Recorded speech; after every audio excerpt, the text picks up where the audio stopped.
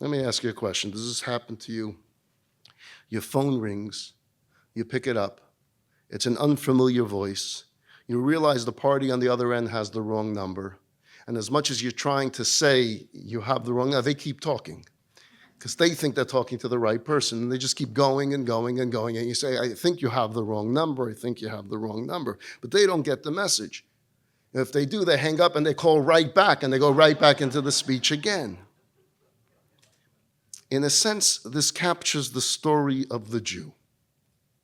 You see, God keeps calling us. And we keep telling him, you have the wrong number. And yet he refuses to look for a new number. He keeps calling us back. And we stubbornly keep on saying, God, you have the wrong number. See?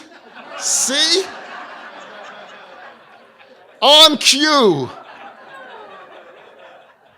You could have had one of those Hava Nagila rings. It really would have. God appears to Moses at the burning bush. Book of Exodus. I want you to lead my children out of Egypt. Moses says, God, you got the wrong number. Not me. You meant to call someone else. It's the wrong party. I'm not your man. Pick someone else. God says, what do you mean I got the wrong number? I'm AT&T. I gave out the numbers. I assigned you the number. I have the right party. So let's go and do something. Go free my people. And although it takes 7 days for God to convince Moses, ultimately, in spite of his humility, he steps up and the rest is history.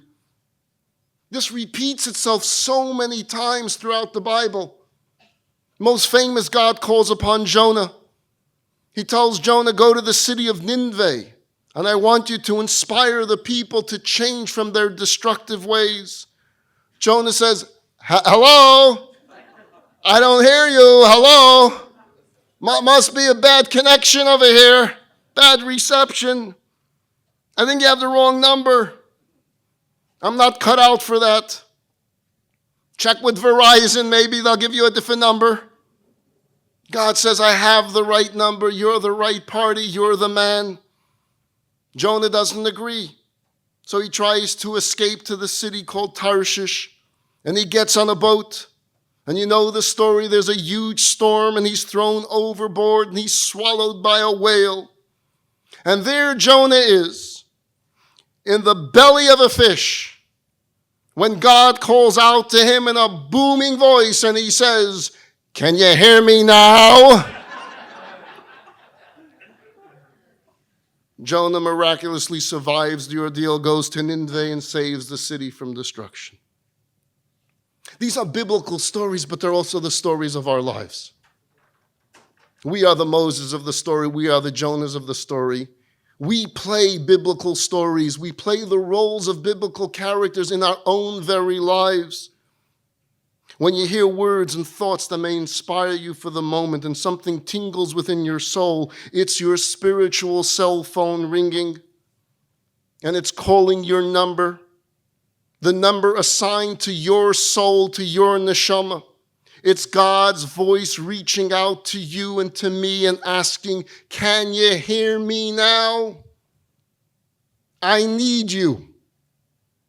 I, infinite God, need you. God assigned each of us our own special number, our own unique set of talents and strengths and capabilities. He put each of us in our own unique environment, in our own set of circumstances so that we can affect it, so that we can make it better, so that we can make it holier, so that we could make it godlier. And how do we respond to the call? God, you have the wrong number. Pick someone else. I'm not religious, I'm not orthodox, I'm not observant, I'm not traditional. Oh, we have call waiting. And we say, hold on, God, I got another guy on the other line. I'm in the middle of a deal. And we click back over and we say, well, what did you want me to do? You want me to go to synagogue? Me? You want me to introduce Shabbat into my home? Me?